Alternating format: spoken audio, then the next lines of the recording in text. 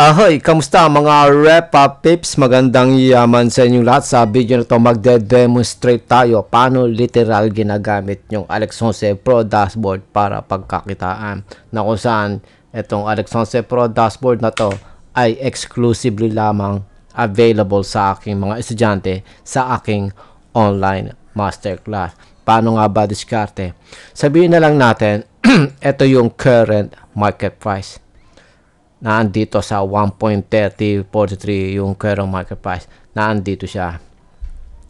So usually, kukunin mo yung historical data yan online. Katulad ng kunyari, Investagram. Kukunin mo yung historical data rito. Diba? Kukunin mo, kilapin mo yung GBP, USD kunyari, whatever. Pag nakuha mo na yung historical data rito, nakuha mo na kunyari historical data, na kung saan yung historical data ay nag-start tayo sa dito. I-detect predict project natin kung ano mangyayari sa mga darating na panahon September 12. Okay? Which is yung September 12 na yon. Dito pa yon. Ito September 11 ito. Gusto nating i-forecast yung September 12 pataas sa loob ng next MA5 o sa mga darating na araw. So may kita ngayon natin yung Pro Dashboard natin, blanco. Wala yung kahit anong klase yung computation, estimation, calculation dyan. Lahat ng variable set na mga nilalaman nito, wala, blanco.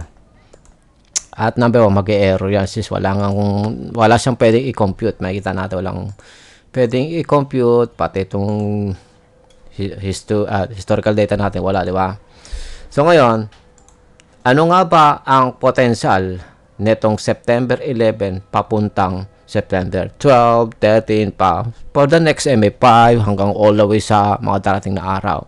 So, geto ngayon yan. Ito yung September 11, 2024. I-detect predict natin project yung the next MA5 na parating. Lalo na yung kahit yung kinabukasan lang na next trading day. Paano nga ba? So, ngayon, nakopy ko na yung historical data niyan. Okay? So, gawin natin, iayos lang natin yung nagsisilbing ano niyan, nagsisilbing 52 weeks high, 52 weeks low. By that time, ang current market price, yung pinaka 52 weeks high by that time, eto, 132.66, yung pinaka 52 weeks high. At yung 52 weeks low, 120.36. So, i-record ngayon natin yan dito sa may main panel. Okay. Ang 52 weeks high daw ay 1.32. Magkano nga ba daw yon? 1.32. Ito pinaka 52 weeks na niya. 32.66. Okay, 1.3266 at yung 52 weeks lang niya 1.2036 by that time ng September September 11. Ngayon, i-project natin kung ano mangyayari sa September 12 pataas for the next MA5. Ultimo ko tutusin hanggang MA20 pwede. Sabihin na natin for the next trading day all the way sa next MA5. Ano nga ba gagawin? So, ngayon, nalagay na natin yan dyan. Tapos, nakopya ko na yung historical data mula dito, September 11, all the way pabalik MA20. So, ngayon, i-import muna natin yung data. Import natin, gamit natin yung clipboard dashboard number 2. 1. Import, extract, calculate, and then chart. So, ngayon, dito, nakikita ko yung actual health netong GBP USD sa panahon ng September 11. Okay, ano ba naman to? Sa panahon ng September 11 ba? Ano man ba ta? Okay, dito tayo. Sa panahon ng September 11 pabalik. Okay. So, ito na yung mismong record niyan. So, usually, kung mag-i-start tayo sa traditional chart, una mong isipin, pwede ka maglagay ng multiple indicator ko, no? MACD, RSI, stochastic, di ba? MACD, RSI, stochastic, moving average, boiler band, CCI, at kung ano na pa, ATR, MFI, putang na niya, kahit alin dyan eh. Pero usually, ito yung pinaka-simplified how to detect, predict, project, forecast, backtesting, ano mang gusto mong sabihin na salita. So, usually, pwedeng ang gawin mo, imbis na maglagay ka ng isang katutak na indicator dyan, gawin mong simplified yung chart mo. Katulad nito, yung simplified way. Ito, naka-regular candlestick tayo. Pwede tayong magbago from regular candlestick all the way sa hollow candlestick papunta dito sa Heikin-Ashi na candlestick. Pero sa ngayon, wala tayong Japanese candlestick dito.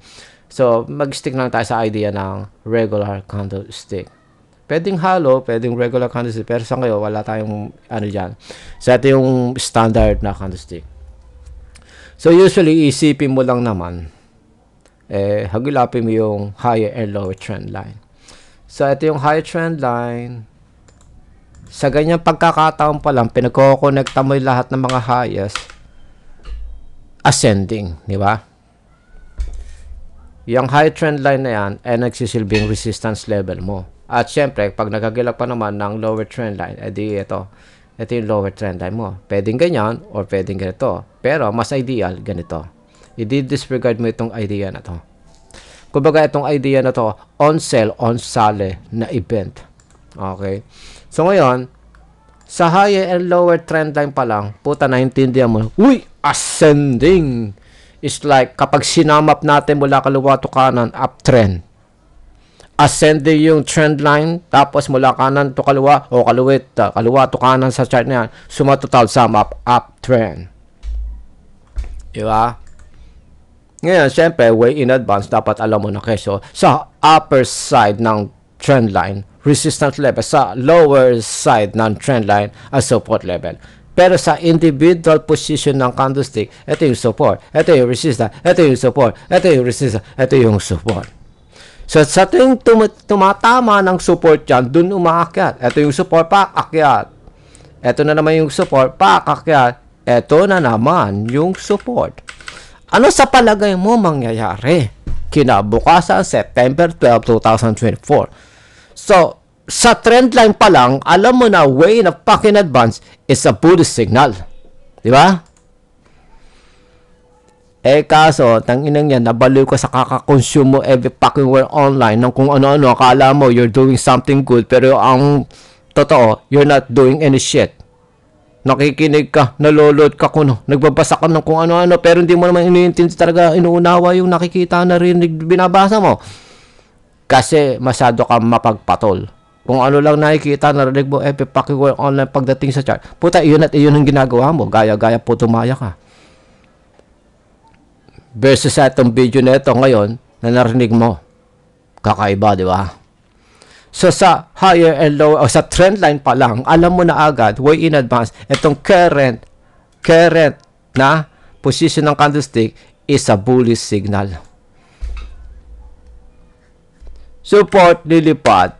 Support, lilipad. Support, lilipad. Bounce, play, bounce back. Di ba? Isang indicator lang. O sige, lagyan natin ng partida para mas maganda yung special pakanto na ito. Kapag double tap, babagsak. Double tap, babagsak.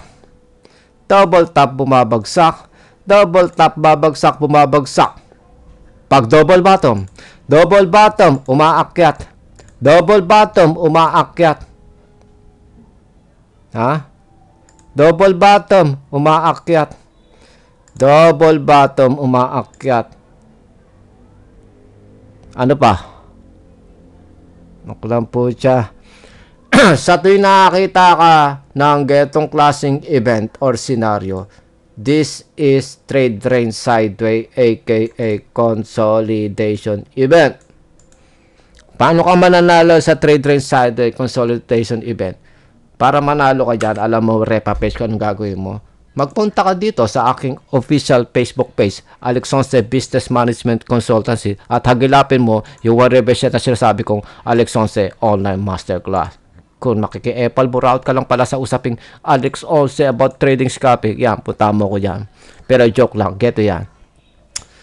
Siyempre, masyadong mahabang paliwanag paano mo ipapanalo sarili mo sa trade range sideways consolidation na event. Kaya nga, ayun nga, kung gusto mong much higher, much wider, much deeper, in-depth na pag-aaral o proper education, ayun na nga ang pantantos doon, Alex Sonce Online Masterclass. So ngayon, siyempre may usapang falling wedges and rising wedges. E di analyze mo yung falling wedges. Ang falling wedges usually ganito eh. Ang rising wedges ay usually ganito.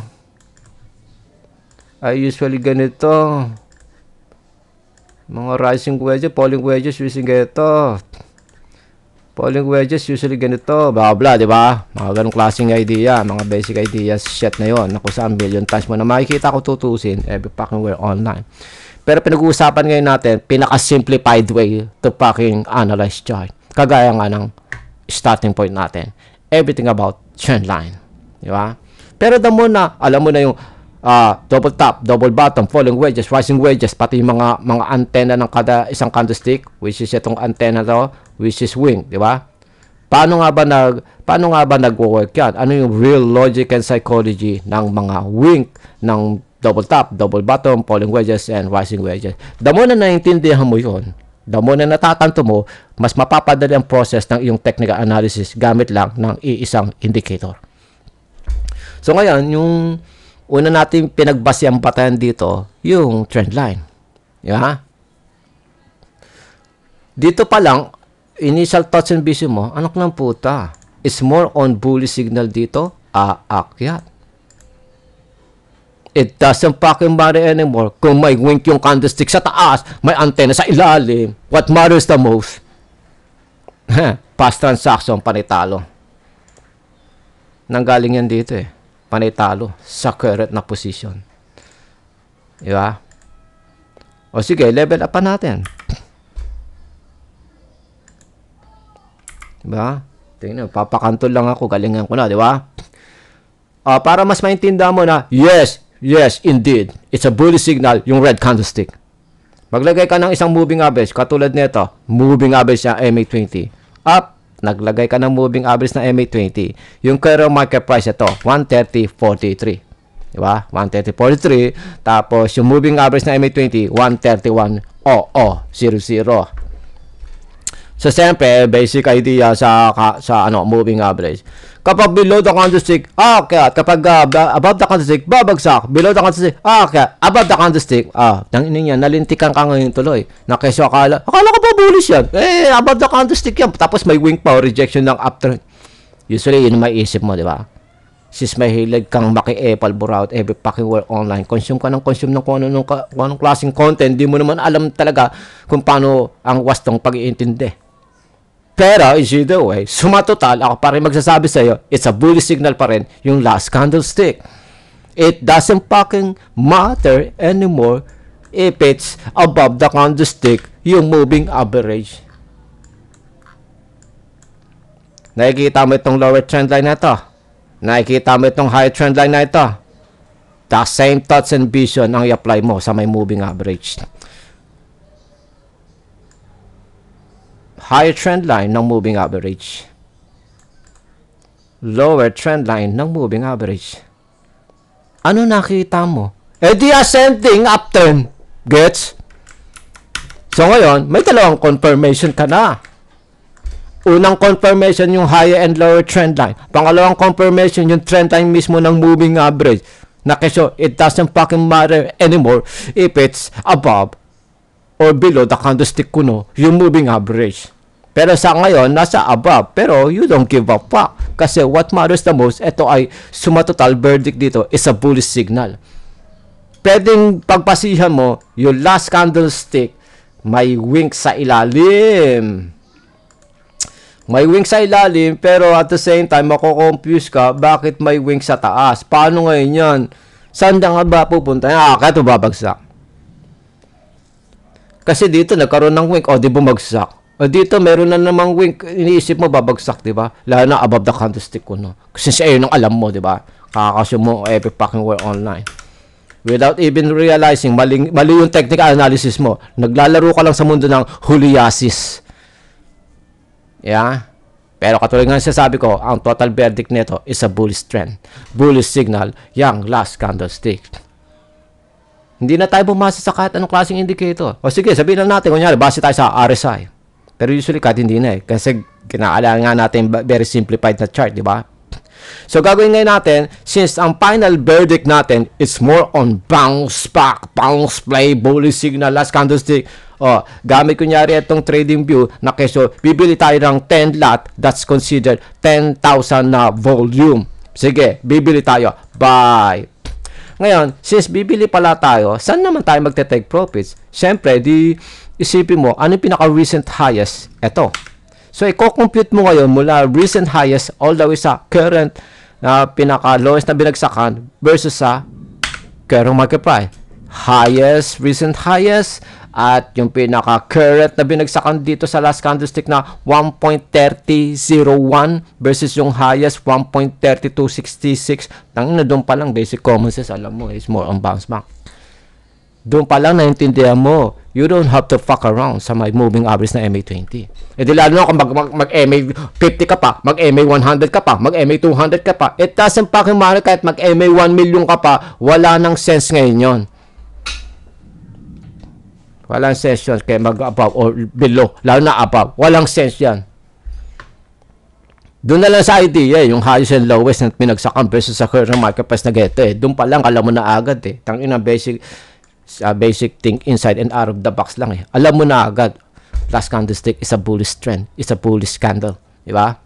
So ngayon, saan ka magte-take profits? Siyempre, ang pinaka mabilis ang take profit sa action mo, yung pinaka most recent closest na na resistance level. So, magko-compute ngayon tayo ito yung pinaka pinanggalingan at ito yung pinaka binagsakan. So, makikita ngayon natin yung current position ng candlestick between dito sa 0 and 25%. So, ngayon, saan nga pumapaba yung current candle?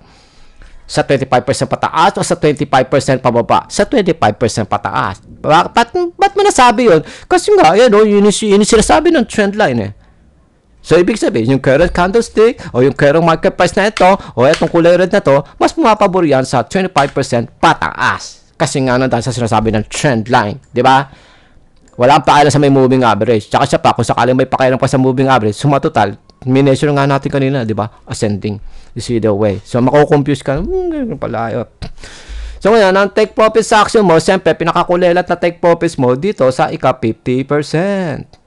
Pero, pwede mong pagsalsalan yung 75 up to 100%. Pwede. Secondary mong emotion sa 75 dito. Pwede. Pwede dito ka secondary titira. Yeah. At pwede rin, syempre, yung ikaw 100% pataas, pwede rin kung tutusin. Pero pinaka-take profit sanction, lalo hindi mo na pinaggagawa mo, yan, sa may 50%. Diba?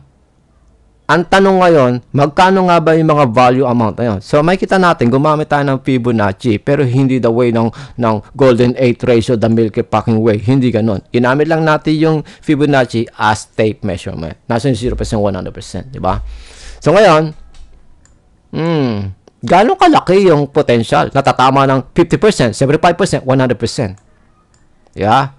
Dito na ngayon babagsak yung compound logic and psychology, use and purpose benefits ng Pro Dashboard. Dito kasi sa may Pro Dashboard, mas maintindihan mo na kung magiging bearish, kung magiging bullish, saan siya patungo. So, pupunta ngayon tayo dito. So, kung titingnan natin, ito yung candlestick na the same process kung tutusin nito. Yeah? Ito is the same process nito. Yeah? Sinasabi ngayon dito, ang pinakahas na inakyatan na andito, ito 100%. Pinakalowest na binagsakan na andito, ito 0%. Yung current market price ito, nandito. Ang tanong, ano ba talagang magiging kung lumalabas dito yung moving average o yung BWAP pabagsak. Ito yung OSLC, open, high, low, close, panay pabagsak. Pati yung high, low, whatever shit, mga natin yan. May kita natin, yung high versus low versus average, ito nagiging senyales. Magkano nga, ano nga ba nagiging trend ng open, ng high, ng low, ng close? So, lahat yan panay downward yung trend o yung momentum. Diba? pinagkukumpara mo yung open versus close, high versus low, high-low versus raise and everything, may kung anong klaseng ina-analyze ginagamit dito. Katulad ng positive percentage ratio na malamang hindi mo alam yan. Kasi everything about chart sheet ang alam mo pero hindi mo naman alam itong negative and positive percentage ratio. Para saan yan? Ano ang use? Ano ang purpose na? E di lalo na dito sa may Pro Dashboard, pinadali ang process sa'yo na para maintindihan, maunawa mo, ano attitude, character, image, habit, ng kung anong klaseng binabanata mo, stocks, forex, crypto. Kunyari example dito, makikita ngayon natin itong range na ito. Paano mo intindihin itong range, aka fluctuation sa per day? Diba? Hanggang all the way sa maraming pang technical analysis dito na ginagamit na usually hindi mo alam. Kasi nga, namatay ka sa maling akala na, ito, matuto lang ako tumingin na itong chart na to, RSI, stochastic, Boltzmann, CCI, ATR, okay na. Pero hindi mo alam, tangina niyan, kung tutusin, pang-finishing na lang yung chart na yan, traditional chart na yan, dapat isipin mo, mag-deep dive ka talaga sa actual fluctuation, attitude, character, image, habit ng whatever shit na binabanata mo. At doon na nga babagsak yung kabuang logic, psychology, use and purpose benefits netong ng Pro Dashboard. Kasi mas pinapakita nga sa'yo yung tunay na trend direction, potential trend direction, momentum, o potential price to hit at any fucking day sa loob ng MA5, MA20 maximum sa paggamit ng Pro Dashboard.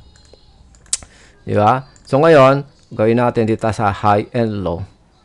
Okay. So ito yung negative positive percentage ratio. At buot pa dyan, eto nga, meron tayong heads up sa pinaka-high sa loob ng MA20, highest, lowest, ranges, and percentage ratio, and BWA, whatever, yung weighted average price. Ngayon, nandito na yung pinaka-pantantos dyan. Kung magiging bullish, kung magiging bearish, it's more on bounce back or reversal. Dito ka titingin sa bandang gitna. At kung halimbawa talagang actual na bullish or bearish, base sa yung technical analysis, ito yung mga magiging success percentage ratio.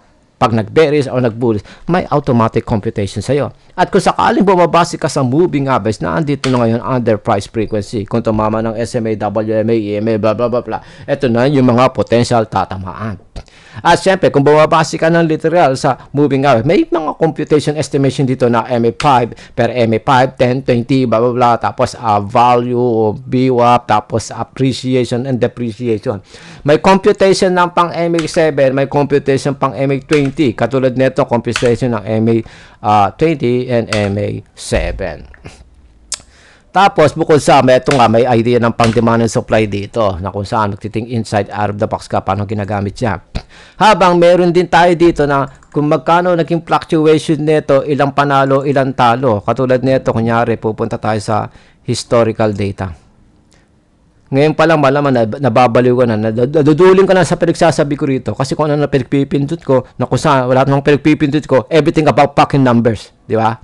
So, may kita ngayon natin, ito yung historical data. May makikita ka red, green, blah, blah, blah. Pero sa matotal niya, pag pinindot natin itong pips meter, pinapatanto sa'yo, ilang panalo sa loob ng MA20. Magkano ang total gain versus total loss versus average gain versus average loss, blah, blah, blah, blah, blah, blah. Diba? Mga ganong klaseng idea. So, yan, parte yan ng mga pang-technical analysis mo. Yan, nakikita mo historical data na yan, yung pips meter na yan, at whatever siya nakikita mo sa chart, di lalong-lalo na. Yun laman mismo ng main panel na pang early detection, prediction, projection, forecast mag-isa mo. Which is na ito, may nakalagay dito, daily projection, tapos yung mga success rate kung magbe-bearish or bullish, at kung tatama sa whatever set the price frequency, kunyari SMA, WMA, sinasabi na agad dyan. Habang meron tayong automatic computation, ano yung SMA, WMA, EMA, 52 weeks high, 52 weeks low, di lalo na itong special formulation kung YX parameter, at itong sumatotal MA20 na average.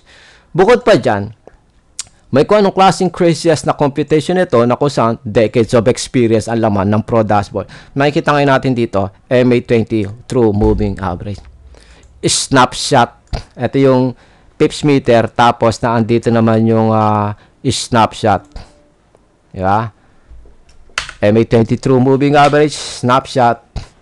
Tapos, pips meter. At syempre, nandito na rin automatic support and resistance level. Sinasabi agad dito. Kung titignan mo ng gusto yan, whatever shit na mga pinagsasabing tweeters na yan is like almost the same shit. Historical data sa Instagram. fundamental analysis sa Investagram, news update reports, yung CCPI, blah, blah, blah, blah, yung inflation rate, yung interest rate, blah, blah, blah, you see the way, pang fundamental analysis shit, kuno, dito. And then, yung pan-technical mo, tingnan mo yung laman ng pan-technical nila. Short-term, mid-term, long-term na analysis, o, di ba, pag-a-analyze. Tapos, yung mga support and resistance shit niya, puta, parang ito lang din yan, Support and resistance level ng mga pinagsasabi niya. Ayan, meron na akong computation, MA5, MA7, MA20, hanggang 52 weeks.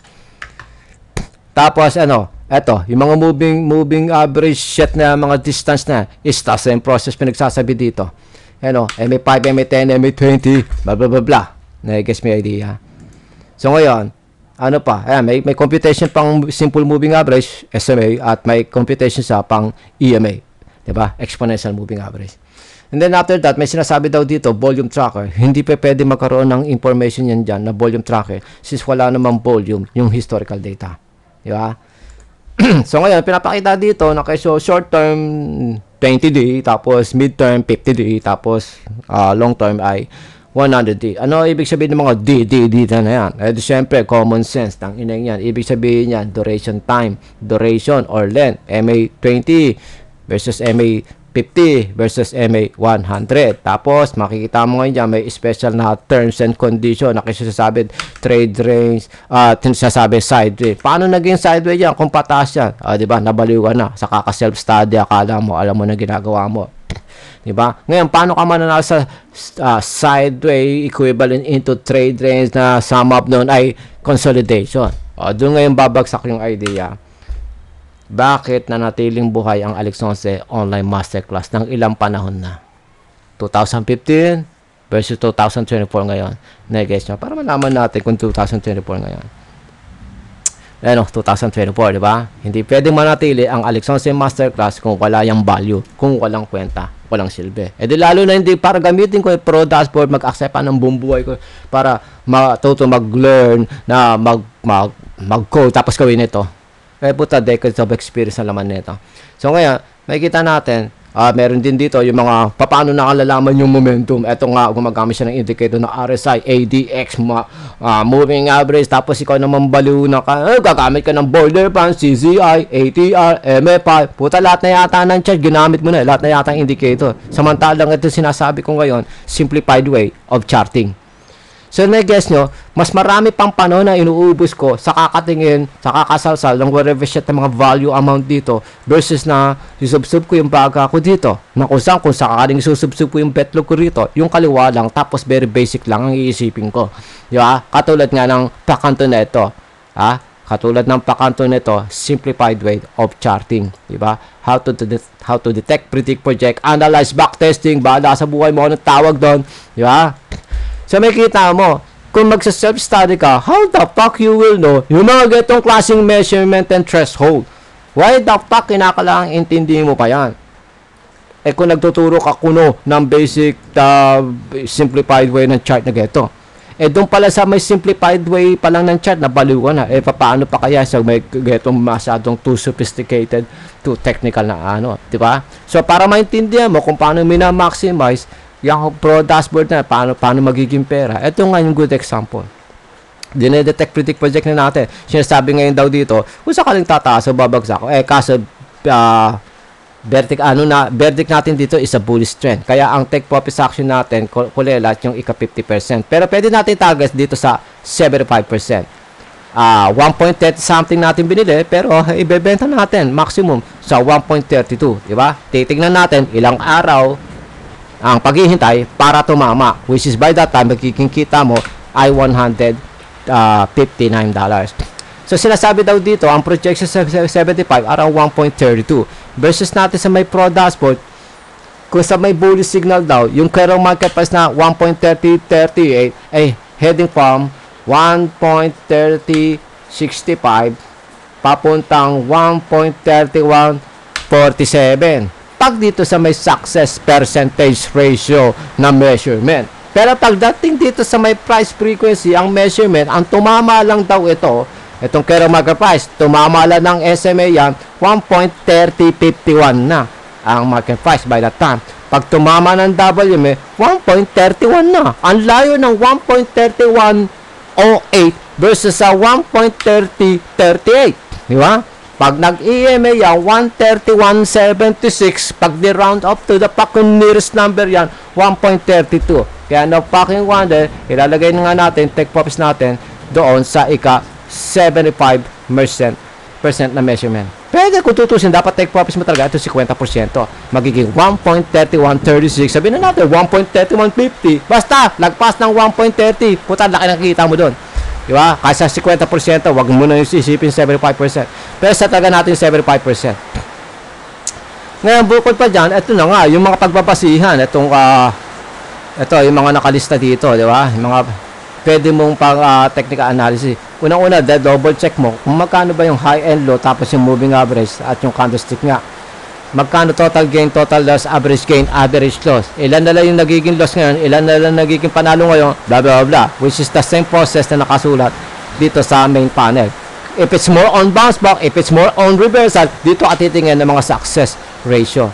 Habang tinitignan nga natin dito, bukod sa main panel yan, meron tayong computation nga ng pips meter, diba?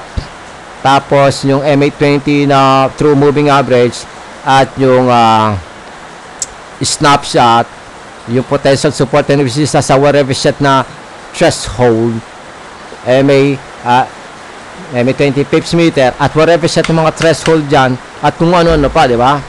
So ngayon, dito sa Alexonse Pro Dashboard, may mga special tools, katulad ng paano ka magre-recover, kung natalo ka ng whatever set of mag-enter ka lang dito. Sinasabi na agad sa'yo kung magkano kinakailangan mong kitain per day para makarecover. At ito, yung ledger mo na kung saan, kung nananalo ka ng $40, $50, $100 per day, magkano pwede maging yaman per day, per week, per month, blah, blah, blah, blah. Kunyari, $40, 56 pesos per day. Ayan ang magiging kita mo. Ayan ang magiging potential yaman mo sa loob ng ilang panahon. Di ba? Hanggang sa ito, may estimation dito, kung $100 ang kapital mo, magamit ka ng 500 leverage, nabili mo kunyari ng 1.3038, hanggang ilan lot size na dapat mo mabili, blah, blah, blah, blah. Di ba? Ngayon, kung 500 leverage o 100 leverage, ito naman, sinasabi na agad dito, whatever set na computation, di ba? Hanggang sa ayun, maraming function and features ito.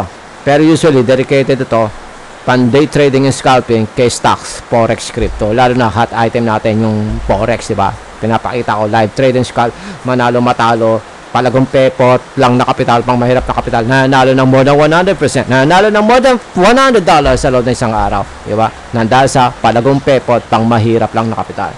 So ngayon, siyempre, base sa verdict natin dito is more on bullish. Kung tutusi, masyado nang akulela at isipin pa yung saktong 100%. Kasi base nga sa sinasabi dito sa Alexonse Pro Dashboard, ito na ang mga potential na tatamaan sa mga darating na panahon. Hindi lang the next day, hindi lang the next MA5, hindi lang the next MA20. Yeah, MA5, MA7, MA20, 52 week, at kung ano-ano pa. Imagine mo kung nagsa-self-study ka, tapos yan, binaliw mo sarili mo na, ay, kinakalang ko ng RSI, stochastic, MACD, CCI, Bollinger Band, at kung ano nung klaseng algorithmic set na mga charting dito na makikita mo sa may trading view. Sa dami niya, kinakalang mo bang i-analyze lahat yan? Hindi mo kinakalang i-analyze yan, hindi mo kinakalang aralin lahat yan. Kung halimbawa sa kusina, ang gusto mo lang maging ulam, prito, puta, gagamit ka lang ng kawali. Kung gusto mo naman, kunyari kinabukasan, gusto mo, magluluto ka ng ulam na masabaw, di kaldero. Maklang puta, magluluto ka ng sabaw, ilagay mo sa kawali, di ba? Alam mo dapat, anong kagamitan ang dapat mong gagamitin, di ba? So, hindi mo talaga kinakalang kopya kung ano pinagkagawa ng maraming tao.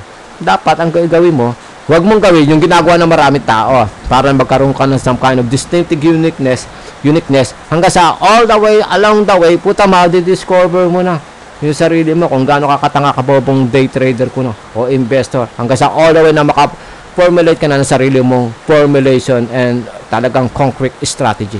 Katulad ng parang nilalaman ng Pro Dashboard, dekadang experience. So ngayon, ang sabi daw dito, ang magiging resistance sa loob ng MA20, kulelat, 131, tapos pangalawa, 131.85, pangatlo ay 132.53, at yung pinaka-highest ay nasa 1.33. So, sa ganung klaseng computation estimation na, mag-a-assume na lang ako between 25 to 50% na success rate. Isipin mo, ito yung clearing market price. Mag-assume expect lang ako sa 25%. 1.31 something na magiging kalakran. Malaki nakita nyo sa 10 lot. Binili natin sa clearing market price 1.30. 1.30. Sabi na natin, 1.3050 mo na bili. Gumamit ka ng leverage, 500 leverage, bumili ka ng 10 lot. Ang tumama lang sa 25% sa MA20, na agad ng kita. Pag tumama naman tayo sa 50% lang na assumption sa loob ng MA20, eto nakita. Ngayon, kung babase naman tayo sa MA5 lang, which is current market price dito, ina-assume natin within 5 days, eto mga tatama, yung mga computation dito. So, sabihin ngayon natin, sa loob ng MA5, okay, MA5, 130.38 natin. Sa loob ng MA5, 130.97. That's considered 131. O, lagay na lang natin, take profits 131. Oh, $50 yun. Magkano lang po una mo? $25, $26 sa 10 lot. Nai-guess mo?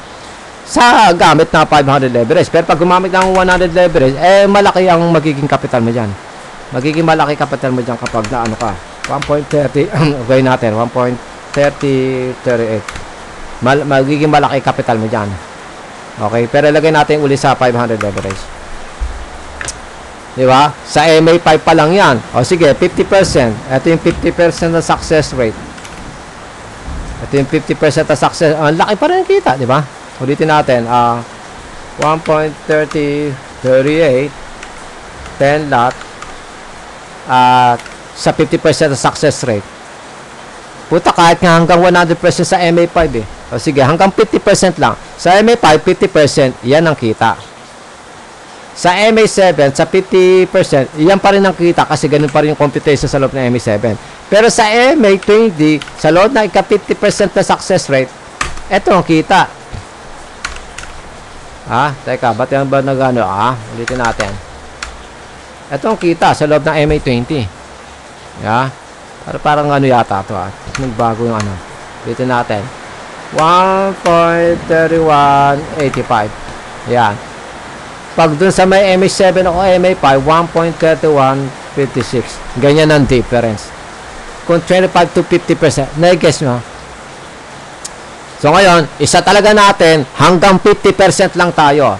MA5, MA7, ranging from 131.50, MA5 to MA7 hanggang MA20, between 1.3150, maximum assumption 1.32. Kahit ang laki ng potential na magwa 1.32 pataas po 1.33, dyan na lang tayo mag-assume nasa around 75% na bounce play. So, tignan ngayon natin. Bilangin natin ilang araw ka maghihintay. Isa.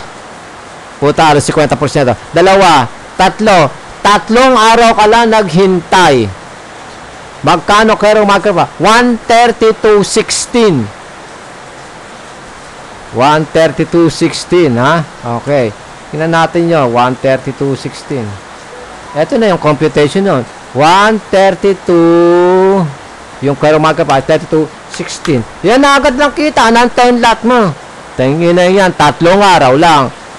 So, na-guess nyo, kesa yung tingin na, manghuhula-hula ka rito, wala namang magandang technical analysis, blah, blah, sa isa pa, tinuro ko na nga, yung simplified way, how to analyze chart sa very, very simplified way. Kaya maging tanga ka man, o maging bobo ka man, napaka-imposibleng wala ka nakuhang value sa pakanto na ito. Gets mo na. Ngayon, kung gusto mo pang matuto ng much wider and deeper much concrete knowledge, anak ng puta, dyan papasok ang Alex Sonce Online Masterclass. Punta mo ko din sa may Facebook ko, Facebook page, Alex Sonce Business Management Consultancy, at bahala kang hagilapin mo paano nag-a-avail ng Alex Sonce Online Masterclass. Pero, not so fast, you motherfucker, sana i-message mo ko, kinakala mag-video call muna tayo para malaman ko kung isa kang well worth it na maging estudyante sa aking one of a kind Online Masterclass. Sa madaling salita, lahat ng nais mong pumasok sa Alex Once Online Masterclass, must message me, must call me first para malaman ko kung ikaw ay well qualified na makapasok sa aking one of a kind Alex Once Online Masterclass. Dahil unang-una, hindi biro-biro ang Alex Once Online Masterclass, hindi para mag-accept lang ako kung sino-sino. Hindi porket may pambayad, pang-istang pambayad, ay accept kita. No. Hindi ganun dito sa Alex Once Masterclass. So, nag-guess yun na, parang awa sa sarili, mag-value ng time. Nag-guess yung idea na kung meron kang ganitong klaseng tools, mas mapapadali yung early detection, prediction, projection mo. Since maraming kang dito na pwedeng pagbasihan kasi yung pagsalsala mo yung ganito. Bukas sa pagdating sa chart, anak ng puta, yan lang, basic basic traditional chart lang. Very simplified chart. Hindi na tayo gumamit na kahit anong klaseng indicator. Ganyan lang kasimple. Trendline lang, simpleng idea ng moving okay na, solve na buhay mo. Tangina, daling mo nang manalo ng hundreds of dollars sa maikli ang panon, hindi pa tayo umabot ng MA5, di ba? Kasi 3 days lang, sa pool na. O sige, patakbuhin pa natin, matapos ng 3 days, tangina, nag 100% pa dito. Sabihin na lang natin, dito, kunya, naghintay pa tayo ng isa, dalawa, tatlo, apat, lima, isang linggo lang, magkano pa rin market price? 132.82 versus yung pinakaas 133. O sige, sabihin na natin 133 something yun, tangina, nag 133 yung 10 lot mo, eto na, gets mag value ng time.